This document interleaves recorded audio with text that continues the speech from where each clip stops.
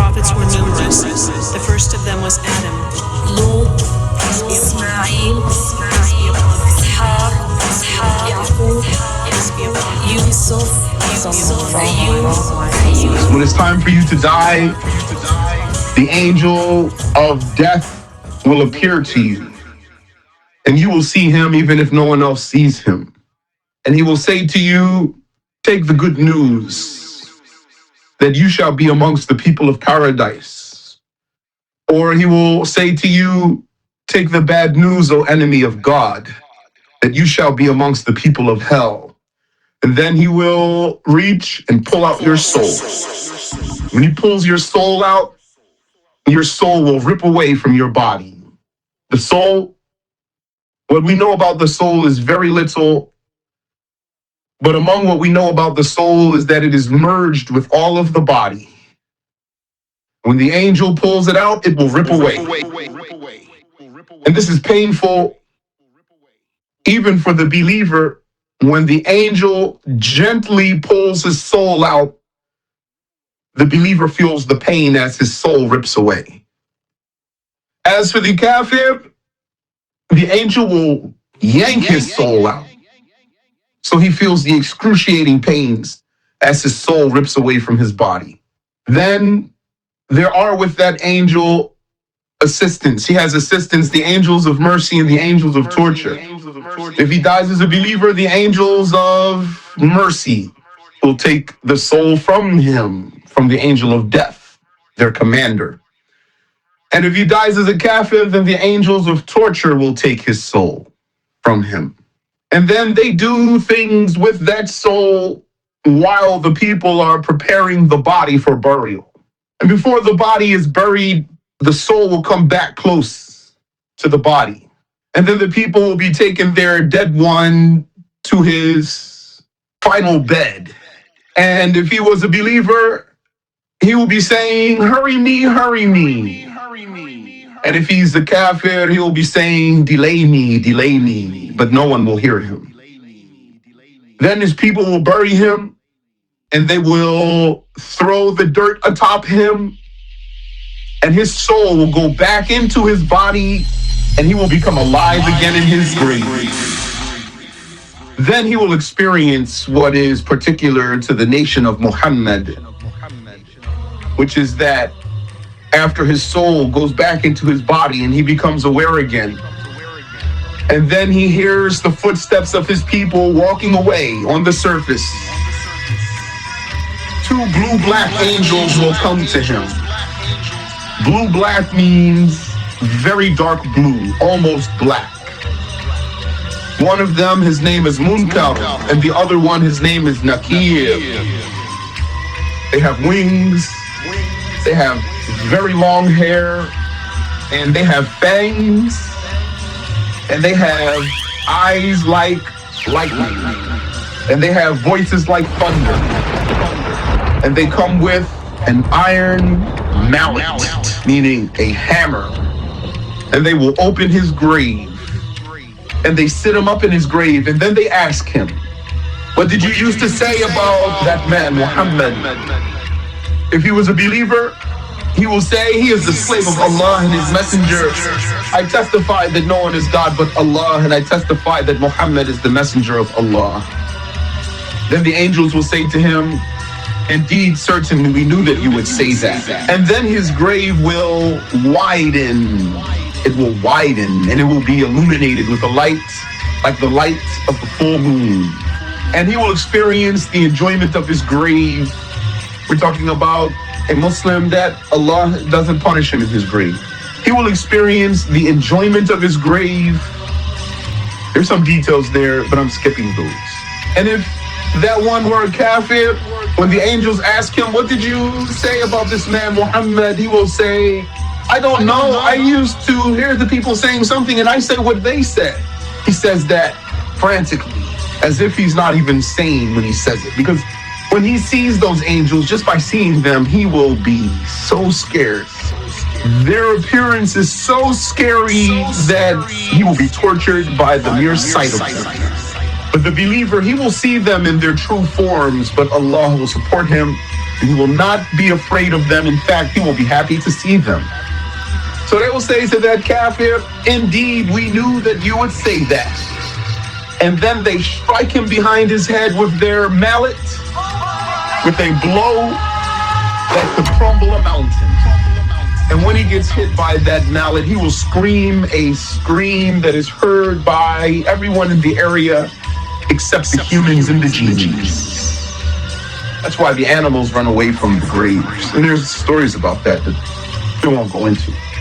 And the angels will say to his grave, Ilta'ini, close. And then his grave will close on him, and his ribs will crisscross, and he will be in a state of torture until Allah resurrects him. So he doesn't go right to paradise or right to hell. His soul will be waiting until Judgment Day. And in the meantime, life goes on. The people will be on earth living, and if they live in the time that we live in now, they'll be waiting for the signs of Judgment Day to appear. There are small signs and there are big signs.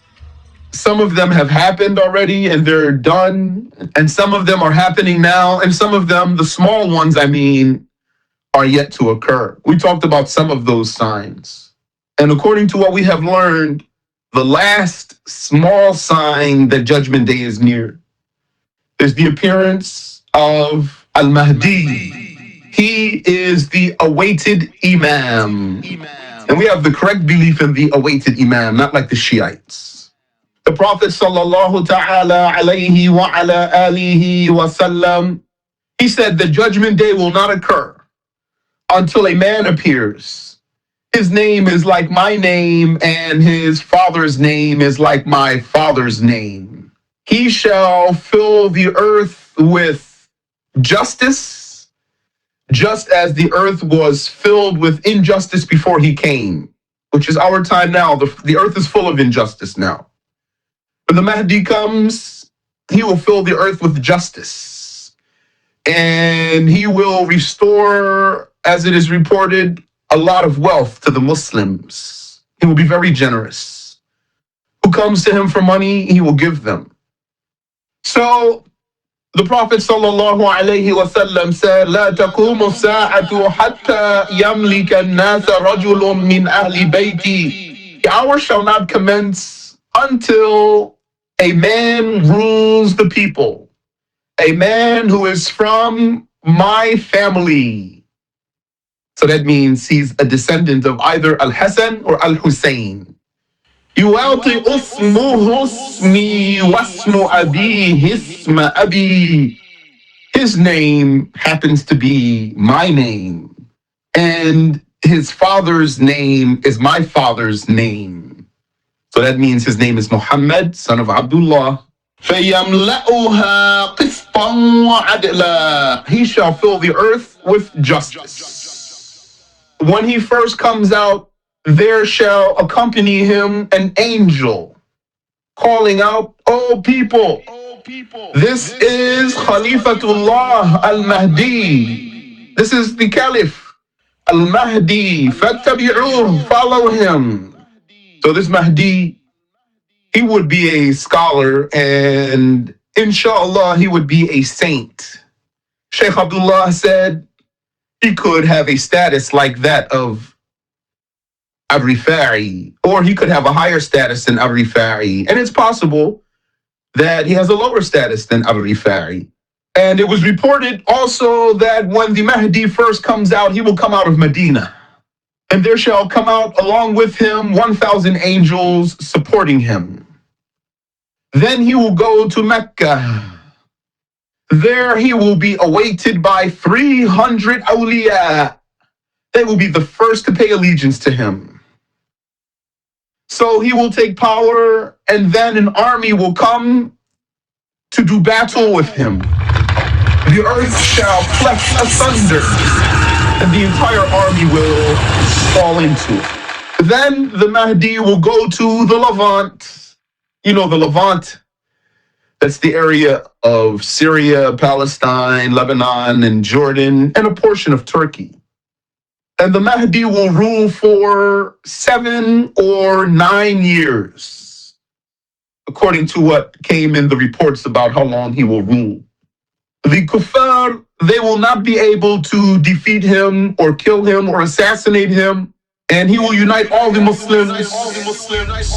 Then one year, the sky will withhold 1/3 of its rain, and the earth will withhold 1/3 of its plants. Then the next year, the sky will withhold 2/3 of its rain, and the earth will withhold 2/3 of its plants. Then the next year, the sky will withhold all of its rain, and the earth will withhold all of its plants. So there will be very severe famine. And during that time, there will be a great war. The Muslims and the Christians will unite to fight a common enemy. During that time, the Mahdi will send out a wave of Muslim fighters. They will be the best fighters of the Muslims, and all of them will perish. Then he will send out another wave of Muslims. They will be the best fighters of the Muslims after those first ones, and all of them will perish. Then he will send out another wave of Muslims, and they will be the best fighters of the Muslims, and all of them will perish. Then after that, they will win. When the war is won, the Christians will say, we won because of the cross. Then the Muslims and the Christians will turn to fight each other, and it will be at that time that the news will come that the Dajjal has appeared. Dajjal means imposter. He is a human being. That's what's correct. Not a genie. In descent, he goes back to the Israelites. There are reports about this man. Allah knows the authenticity of them. It was said that he was born encased in something. And Allah knows best about that. I don't know what's the authenticity about. What's the authenticity of that report? One of the companions actually met this man. A companion whose name is Tamim ad-Dari. He was a Christian. He said he was sailing with about 30 men. He said the waves played with their ship for a month until they found themselves at an island. So they let down their lifeboat and they went ashore. When they were there on that island, they encountered a creature so hairy that they could not tell its front from its back. When they saw that, it disturbed them, it frightened them. They said, what was you? What are you? So that creature said, I am Al-Jassasa. They said, what is Al-Jassasa? Come with me, there is a man on the island who wishes to speak to you. And then it led them. And they were following it, but they were afraid. They thought it was some sort of a devil. Until it took them to an area, and behold, they laid their eyes on the biggest man they ever saw. Nor did they ever see someone so shackled. They said his hands were chained to his neck, and he was chained all the way down to his feet. Then that man proceeded to ask them questions. He asked them different questions, and among what he asked them was, what did the Arabian prophet do? They said, there is a man actually in Arabia. He came out of Mecca and he went to Yathrib. He claims to be a prophet. He said to them, what did he do? What happened? They said, he defeated everyone in his vicinity and they obey him. Dajjal said, that is better for them, or else Allah would destroy them. My time of release is soon. So those people eventually found their way back to Arabia. That man Tamim, because of what he encountered, he went to go to the Prophet sallallahu alaihi wasallam. And he went to the Prophet sallallahu alaihi wasallam and he told the Prophet about what he saw. The Prophet asked his companions, isn't this what I told you about? They said, Bala, indeed. And so one day this man he will be released from his bondage, and he will come off of his island. And it is mentioned that when he first appears, he will come out of the east. It is said that he will come from Nahrawan, and it is said that he will come from Asbahan. And the Prophet sallallahu alaihi wasallam said that he has one eye bulging out like a busted grape, a leaking grape. And it was said that his eye shimmers. And the other eye, as for the other eye, it's wiped away, mamsuha. And the believer will see written on that man's forehead the word kafir, kafir. Even if he can't read, he will read it. He will be able to. Anyone who's a believer, he will see that and he will be able to read it. But anyone who's not a Muslim, he will not see that written on his head. Although he will be able to see that he's actually a man and an ugly man and that he's a creation. So he won't have an excuse for worshiping that one. Even if he does supernatural things, that's still not an excuse.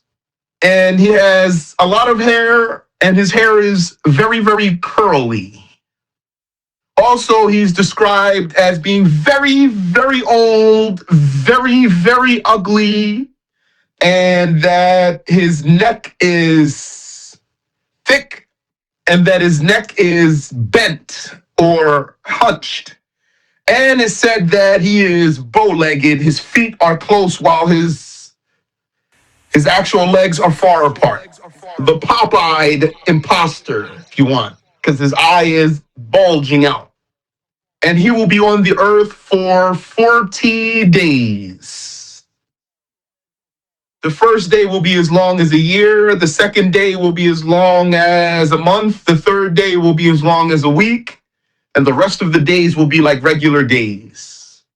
The companions asked the Prophet sallallahu alaihi wasallam, on that day that's as long as a year, will 5 prayers suffice us?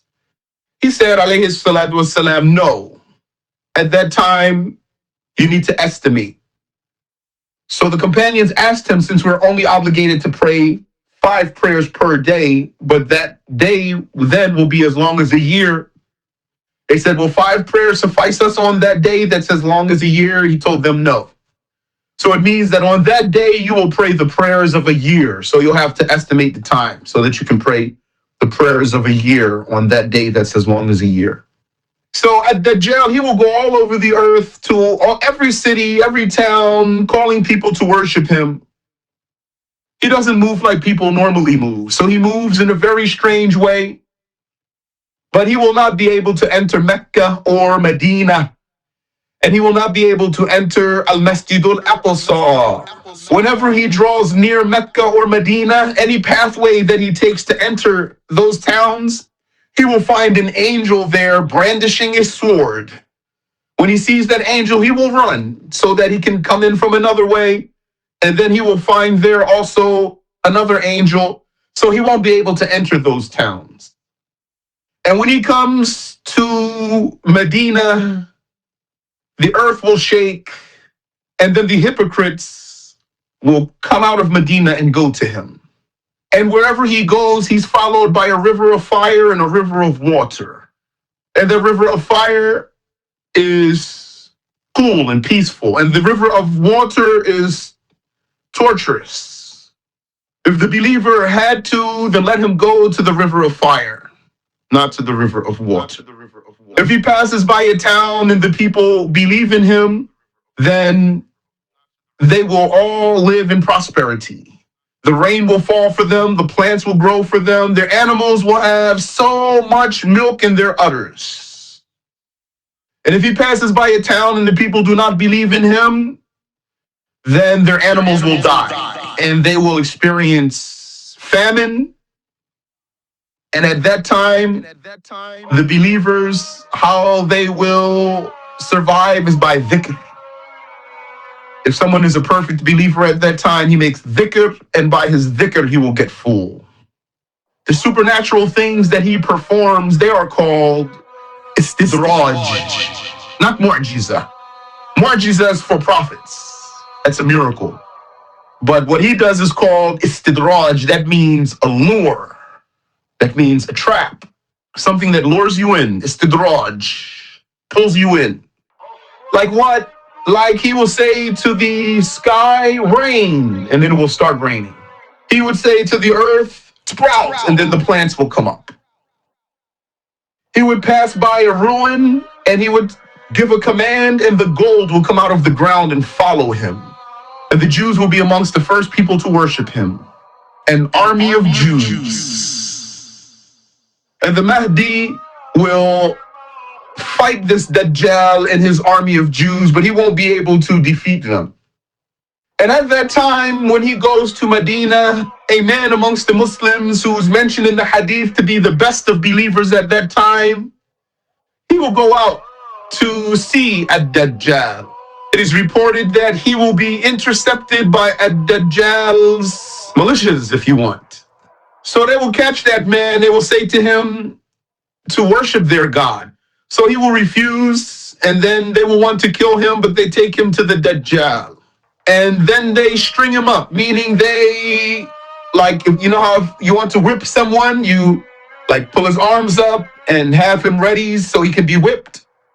So they will string him up, and the Dajjal will say to the people, if I kill this man and bring him back, will you have any doubt about the matter? Will you doubt that I am God? The people will say, no, we will have no doubt about the matter. So then he will kill that man. He will cut him in half, and his two pieces will fall.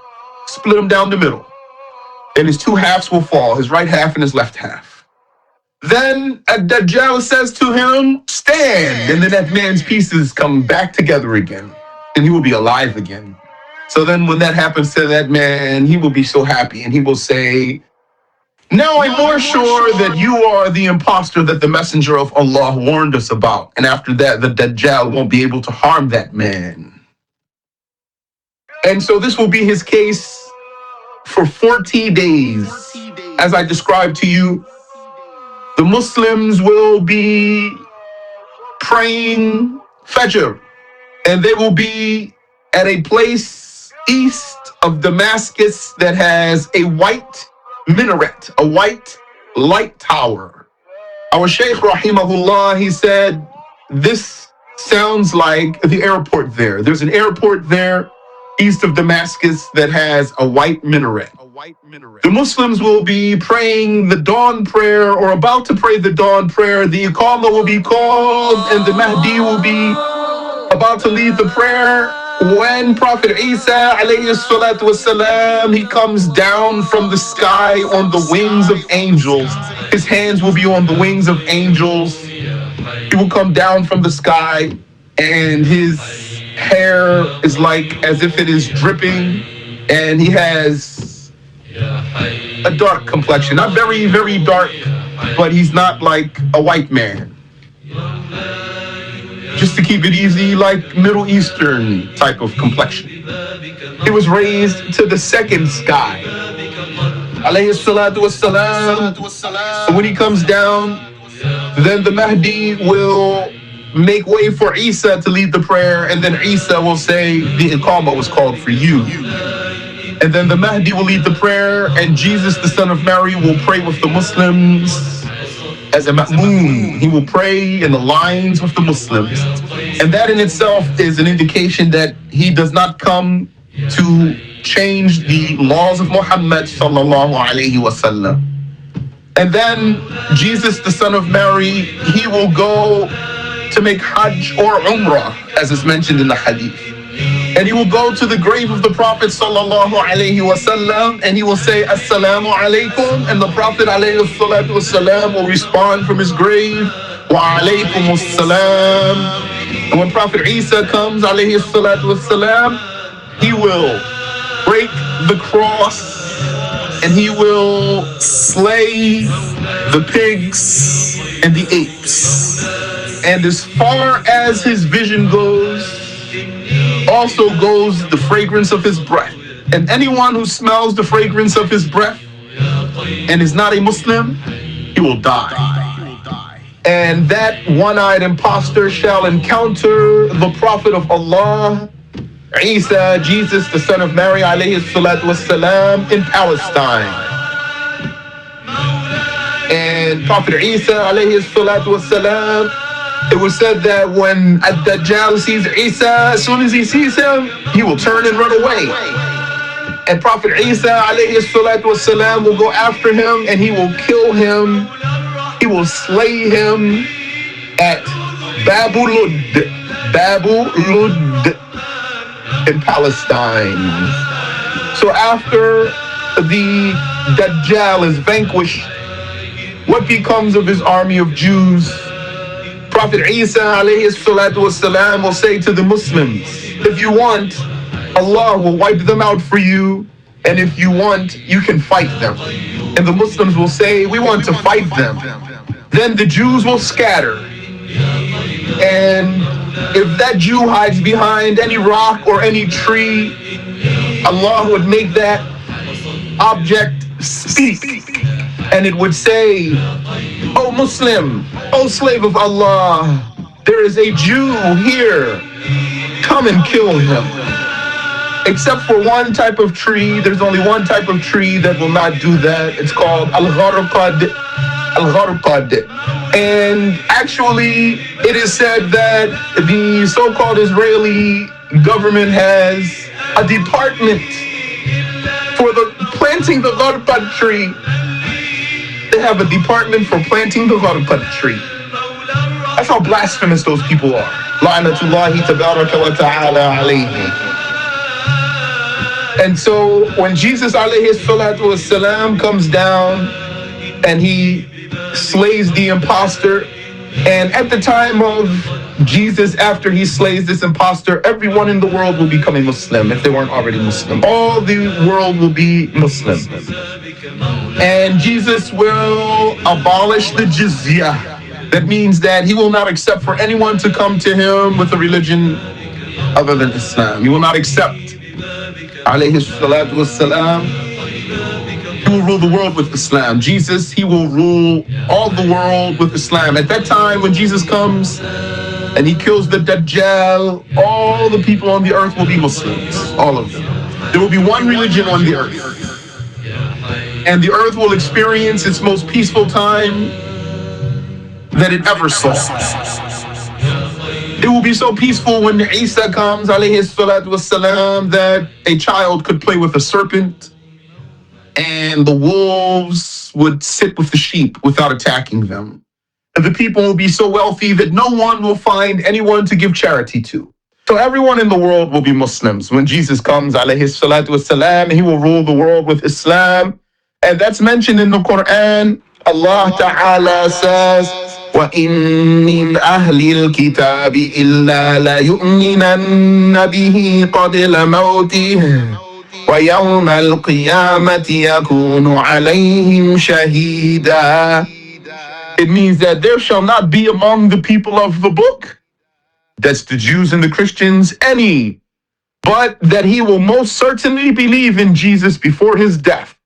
There shall not be amongst the people of the book any, but that he will most certainly believe in Jesus before his death. That's in reference to when Jesus comes down, alayhi salatu wassalam, and he rules the world with Islam, and all the people will be Muslims. وَيَوْمَ الْقِيَامَةِ يَكُونُ عَلَيْهِمْ شَهِيدًا. And on resurrection day, he will be a witness against them. And that will be the most prosperous time that the earth ever saw. There will be so much wealth that you wouldn't find a poor person to give charity to, and we talked about that. The Prophet Isa, alayhi salatu wasalam, he will be ruling the world justly, and the people will be Muslims, and the world will be peaceful. Even the bounties of the earth will come out when Jesus is ruling the world. And this is how it will be until the release of Gog and Magog. Ya'juj wa Ma'juj. However, we need to flash back to know who is Gog and Magog. What is that? The story of Gog and Magog is linked to the story of a great saint who's mentioned in the Quran. His name is Dhul Qarnayn. وَيَسْأَلُونَكَ عَنْ ذِي الْقَرْنَيْنِ. They ask you, O Muhammad, about Dhul Qarnayn. قُلْ سَأَتْلُو عَلَيْكُمْ مِنْهُ ذِكْرًا. Say, I shall recite to you a mentioning of him. His name is As-Sa'b, the son of Al-Harith. And it was said that his name is As-Sa'b ibn Dhil Mara'id. That's his given name, As-Sa'b.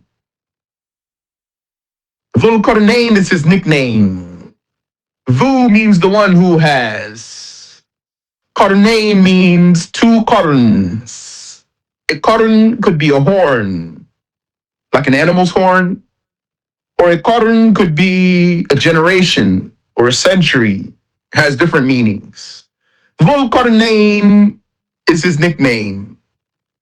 It was said that he was called Dhul Qarnayn because he had a helmet or a crown that had two horns.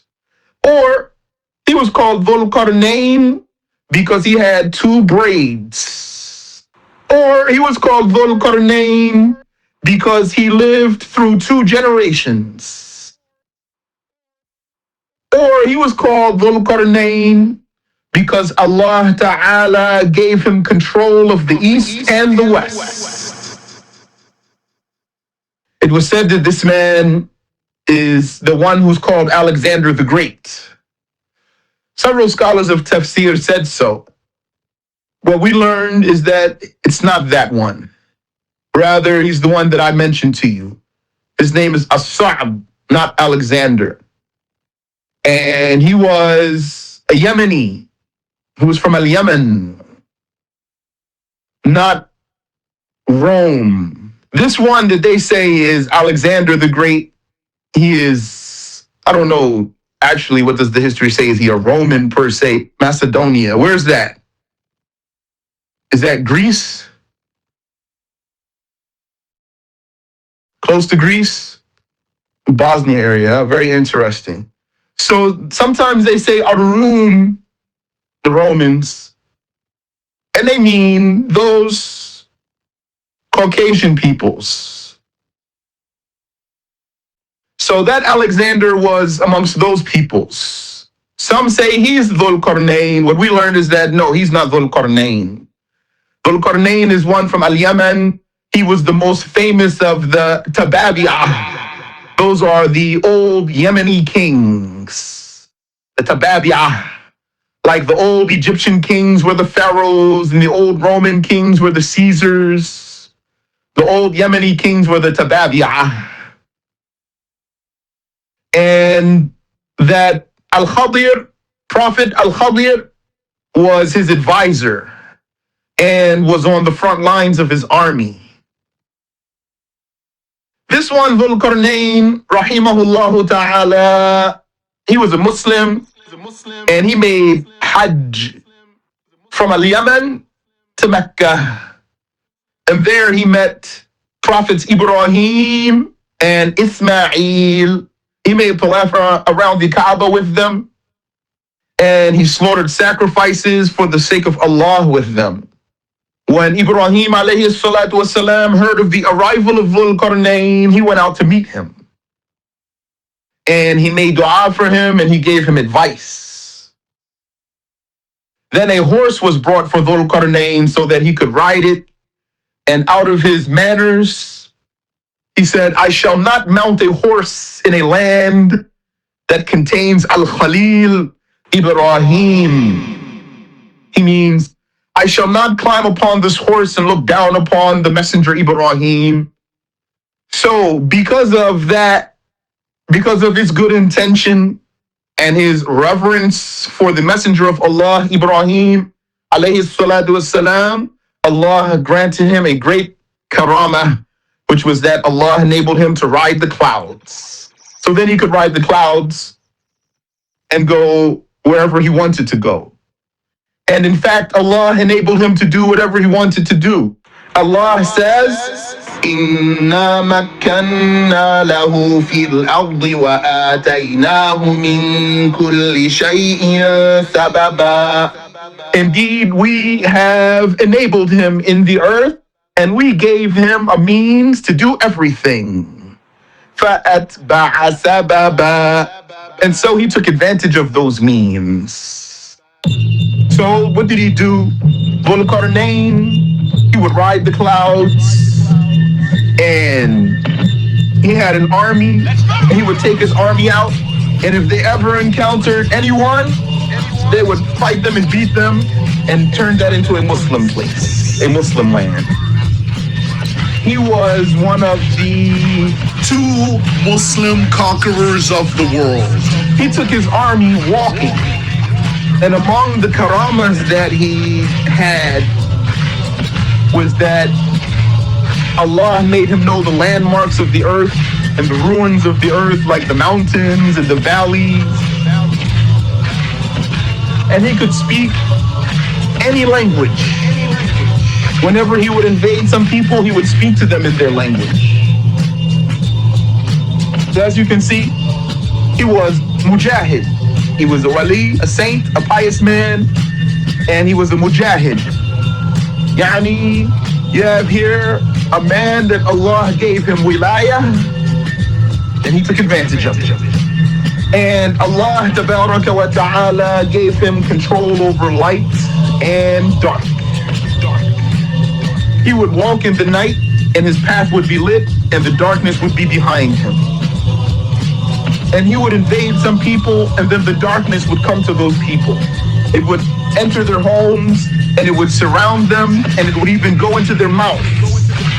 And that's what happened one time when he came across some people who tried to fight him. They tried to resist him. The darkness came to them, and he beat them until they submitted. Which direction was this? This was west. He went into the direction of the sunset. When he encountered these people, he went into the direction of sunset. He beat those people, and he settled there, and he spread goodness amongst them, and he taught them. It was said that those people, they were naked except for loincloths. Like, they would hunt animals, and with the skin of their hunt, they would cover their privates. And they would just also eat whatever washes ashore. Primitive people. That's what happens when you go into paganism. And he lived amongst those people, spreading goodness amongst them. Then it occurred to him to take his army and to go into the direction of sunrise. ثُمَّ أَتْبَعَ سَبَبًا. Then he took advantage of his means. Yani, he left. حتى إذا بلغ مطلع الشمس وجدها تطلع على قوم لم نجعل لهم من دونها سترا. He went until he reached the sunrise. And there, Yani, in that land, he found a people living there, and they had nothing to protect them from the sun. They had no cover from the sun. They had no construction, no buildings, no mountains, no trees. Rather, they had tunnels. They had tunnels. They lived underground. And then when the sun would pass, they would come out. And they would do what they do. They would go fishing or whatever else they would do. Otherwise, there was nothing that could survive there. One night, an army came to these people. So those people said to that army, "You'd better not stay here, or else the sun will rise upon you." That army said, "We will not leave you until the sun rises." Then that army turned and they saw many bones and dead bodies. They said, "What is this?" Those people said, "That's the remains of an army that stayed here until the sun rose." And then that army turned and ran away. ثُمَّ أَتْبَعَ سَبَبًا. Then he took advantage of his means. He kept on going. حتى إذا بلغ بين السدين وجد من دونهما قوما, until he reached a land that had two twin mountains. And he found there, living between these mountains, some people. لا يكادون يفقهون قولا. These people, they could barely understand anything, even with sign language. Speaking to them and giving them sign language, they could barely understand anything. And they could barely make you understand them. That's how strange their language was. So when these people saw this magnificent king who had all sorts of means, someone who's powerful and he can make things happen, he has means to do all sorts of things. So they resorted to him. قالوا يا ذا القرنين إن يأجوج ومأجوج مفسدون في الأرض. They said, "Oh, Dhul Qarnayn, indeed, Gog and Magog are corruptors in the earth. فهل نجعل لك خرجا على أن تجعل بيننا وبينهم سدا. We will pay you handsomely and generously if you would but erect a barrier here between these mountains." It was said that Gog and Magog used to raid these people every spring. And these people had no way to stop them. So Dhul Qarnayn, he responded to them with dignity and piety and confidence and faith. ما مكنني فيه ربي خير. What my Lord has enabled me to do is better than anything you can do for me. فأعينوني بقوة أجعل بينكم وبينهم ردما. So assist me with the power of your own bodies and with your own tools, and I will show you how to erect between yourselves and them a barricade. آتوني زبر الحديد. Bring to me massive blocks of iron. حتى إذا ساوى بين الصدفين قال انفخوا. So they did that. They excavated the earth and they started putting the blocks down into the earth between the mountains, and then they started laying them side by side like laying bricks. And it was said that they coated that with wood and coal, or if not coated that with wood and coal, they put the wood and coal between the iron until they reached the peak of the two twin mountains. He made them set it on fire, so they set it on fire. Then, when it got very hot, he told them, "Bring the bellows." So they brought the bellows and they started using them. And they just turned up the heat on that wall and it started to glow. حتى إذا جعله نارا. Until they made that barricade a fire, meaning like a fire, very, very hot. قال آتوني أفرغ عليه قطرا. Now bring me the molten lead so that I may douse it over the barricade. So they did that and he doused that over the barricade. And then the result was a wall that's like a mountain between two mountains. And the original blocks that were first put together, because of the intensity of the heat, they just fused. And then when it cooled off, when everything cooled off, it was a perfectly smooth barrier, a wall, like a dam, 400 feet high. Yani 250 cubits. So when they finished building this barricade, by the will of Allah Ta'ala, Dhul Qarnayn said, هذا رحمة من ربي. This is a mercy from my Lord.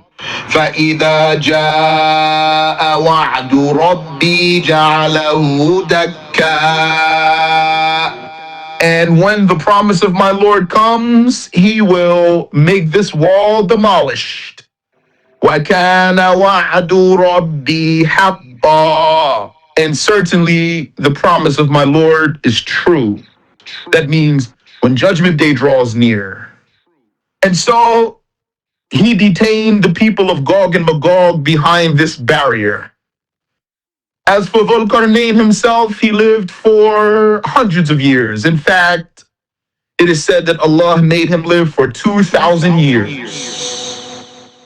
And he collected lots of good deeds for his afterlife. And in the meantime, those people, Ya'juj wa Ma'juj, they have been behind that barrier, blocked from the people. Who are they? They are two tribes of human beings. In lineage, they go back to Japheth, the son of Noah. And it is said that they are Turks. What's particular about those people is that one of them will not die before he has 1,000 sons from his own loins. One of them will not die before having 1,000 sons. And it was said that all of them are fighters. Yani, among the reports is that one of them would not die until he gives birth to 1,000 horsemen, meaning they're all fighters. And so their population, before they come out, will be extremely large. In fact, they have the greatest population of humans. Of all humans, they have the greatest population. Because on Judgment Day, when all the people are resurrected, from Adam until the end of the world, for every one person, there would be 100 of Gog and Magog.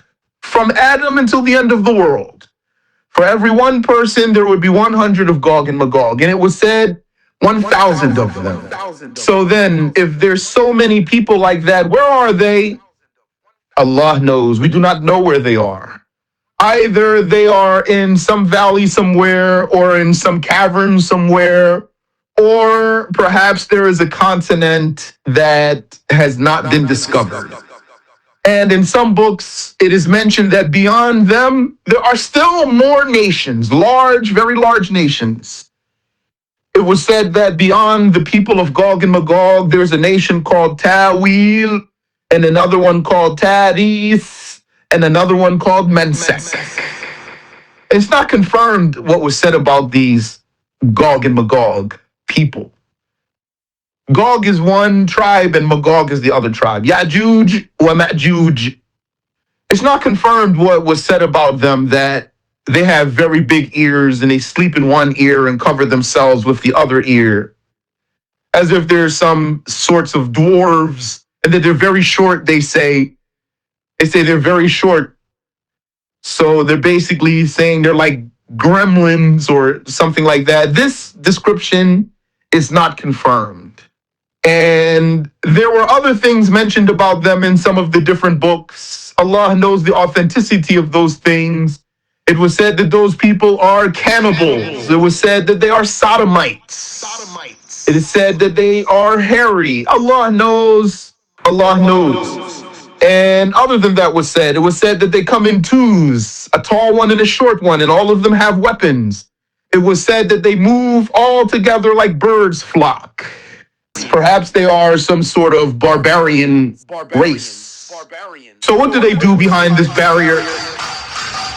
Every day, they work to dig through that barricade, that barrier. But they're unable. They don't try to climb over it. They don't try to go around it. They don't try to go under it. They just try to go right through it. And this wall that Dhul Qarnayn put up is very hard to pierce in the first place. So they go to this wall every day and they start working away at it, digging away at it, burrowing through it. Very tough, laborious work. They're basically digging their way through a mountain, manually digging their way through a metallic mountain. So usually when people are accustomed to hard work and labor, they tend to be quite strong. Allahu Alam, but these guys are doing this work every single day. That's a crazy workout, at the least. Subhanallah. So they work on burrowing, tunneling through this barrier every single day. And they work and work and dig and dig and dig until they get to the other side, and then they make a hole and the light shines through. And then they say, Wasalna, we've reached it. Ghadan nukmil, tomorrow we will continue. And then they let out a big moan, and then they turn around and they go back. Then they come back the next day and they find that barrier like they never did anything.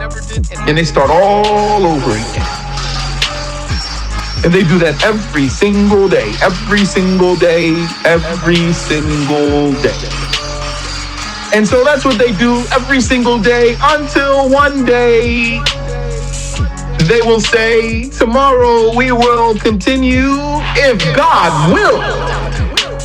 And that's an indication of how blasphemous these people are. Then they come back the next day and they find the work that they did is still there.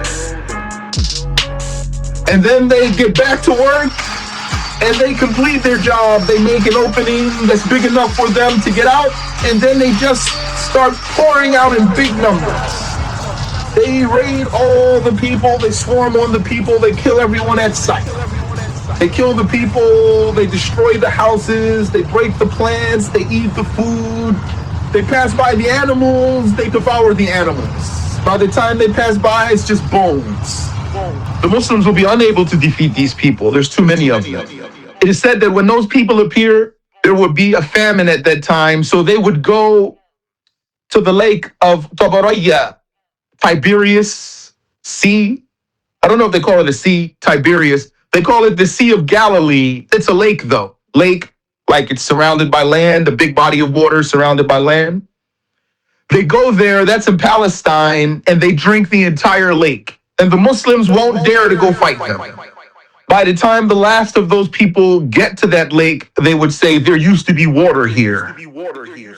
So Prophet Isa, alayhi salatu wasalam, while those people are wreaking havoc in the earth, he will take the believers to the mountain where Prophet Musa, alayhi salatu wasalam, heard the kalam of Allah Ta'ala, and he will make dua to Allah. He and the believers, they make dua to Allah and they ask Allah and beg Allah and beseech Allah to rid them of Gog and Magog. Then Allah will answer their dua and unleash on those people parasitic flesh-eating worms. Those worms will attach themselves to their necks and they will burrow into their necks. This worm is called in Arabic naghaf. It's basically, according to what I saw on Google, it's maggots, flesh-eating maggots. In the Arabic dictionaries, they say the naghaf is the worm that you find in the nose of the camels and the sheep. So then when they are under attack by the flesh-eating worms, they fall to the ground in a frenzy and they die. Yani, they will die and their bodies will just be scattered all over. And they start rotting and filling up. You know how the dead body swells up? And the Muslims will suffer from the stench of their filth and their rotting bodies. Then Allah Ta'ala will send birds that will come and pick them up and dump them in the sea. The scholars have documented, by the way, that Allah Ta'ala has in this earth birds that are very, very big. very, very big, like bigger than a man, mashallah, that fly, not ostrich. So Allah Ta'ala will send birds that will pick up those Ya'juj wa Ma'juj and dump them in the sea.